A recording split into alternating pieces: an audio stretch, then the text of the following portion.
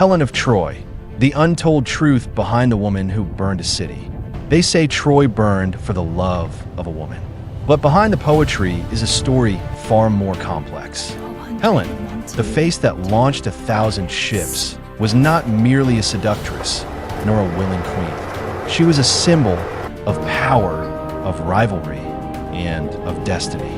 In the ruins of Troy, the cries of women echo louder than the swords of men.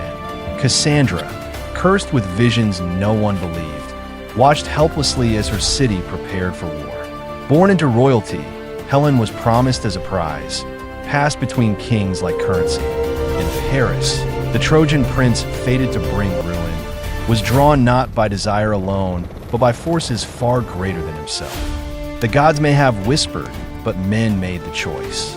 The legend is not about love. It is about power, betrayal, and the high price of beauty in a world ruled by ambition and prophecy. Before Paris was a prince, he was a death sentence.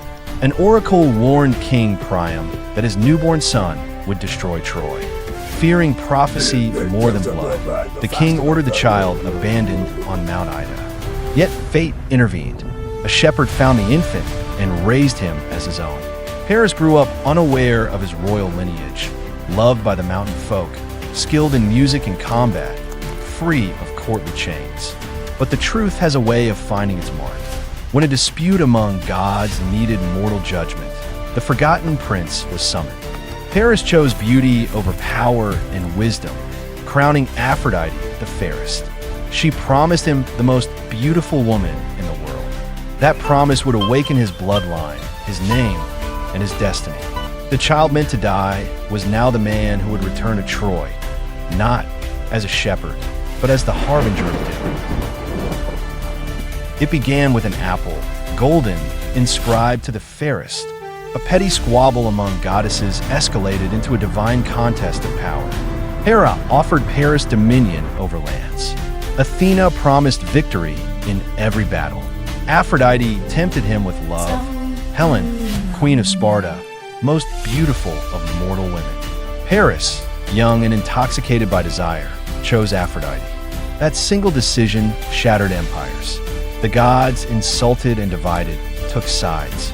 Mortal affairs became divine games. Helen was no willing pawn. Some say she was bewitched. Others claim she fled willingly. The truth may lie somewhere in between. In choosing beauty, Paris defied reason, honor, and fate. What followed was no mere affair. It was a divine wager made with mortal lives. And Helen, whether victim or temptress, was the spark. The apple may have fallen from Olympus, but its fire ignited a war that would consume heroes, kingdoms, and the very walls of Troy itself.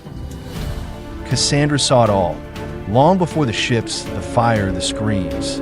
She was gifted with prophecy by Apollo, but cursed so none would believe her. Her visions tormented her.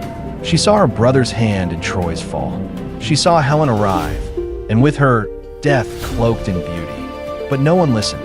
In the palace halls, Cassandra warned of shadows growing longer. In her sleep, she dreamt of blood on marble, of flames devouring towers. To the court, she was mad. To Helen, she was an enigma. Helen herself was torn. Though queen of Sparta, she was no stranger to loneliness. When she looked into Paris's eyes, she saw escape, not just desire. But Cassandra knew it was a trap. The gods had played their part, but now the mortals walked blind toward the edge. Cassandra could only scream into silence, her truth drowned beneath the roaring of a fate none could escape.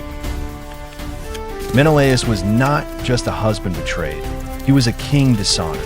When Helen vanished, his pride burned hotter than any love he ever held for her. But his rage alone could not raise an army. It was Agamemnon, his brother, who saw opportunity in outrage. The kings of Greece united not just for Helen, but for glory, for spoils, for conquest. Odysseus, Achilles, Ajax, all drawn into a war cloaked in romance, but rooted in ambition. Ships lined the horizon, sails fat with vengeance. Helen became a banner, her name a justification for destruction. Did Menelaus love her? Or did he love the war her absence permitted? When they landed on Troy's shores, they did not come for diplomacy. They came to conquer. Helen's image was carved onto shields, her story woven into battle cries.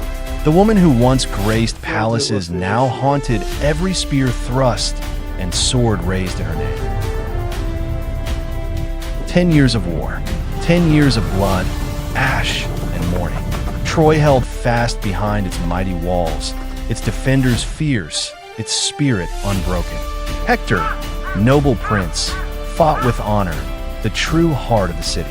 Paris, once the cause of war, now wielded a bow to protect what remained.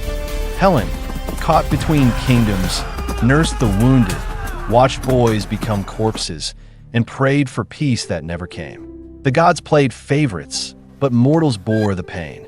Achilles, the Greek champion, raged across the battlefield until love and grief consumed him. Death was everywhere, in duels, in deception, in the silence of empty homes.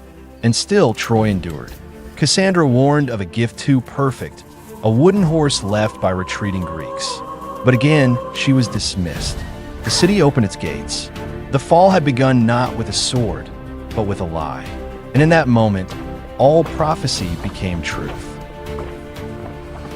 Nightfall cloaked the streets as celebration filled the air. The Greeks had sailed away, or so it seemed.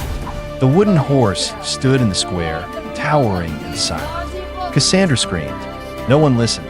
From within the horse, warriors emerged, silent shadows with blades drawn. Gates were opened. Fire spread.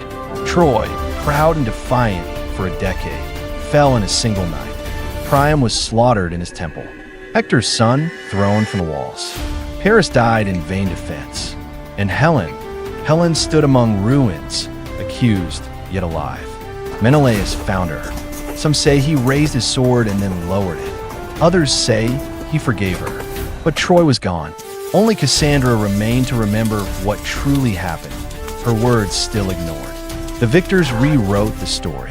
Helen returned to Sparta, her legend reshaped into myth. But behind the myth stood a woman, a witness, and a warning. If this story moved you, subscribe now and uncover the untold truths of history's greatest legends.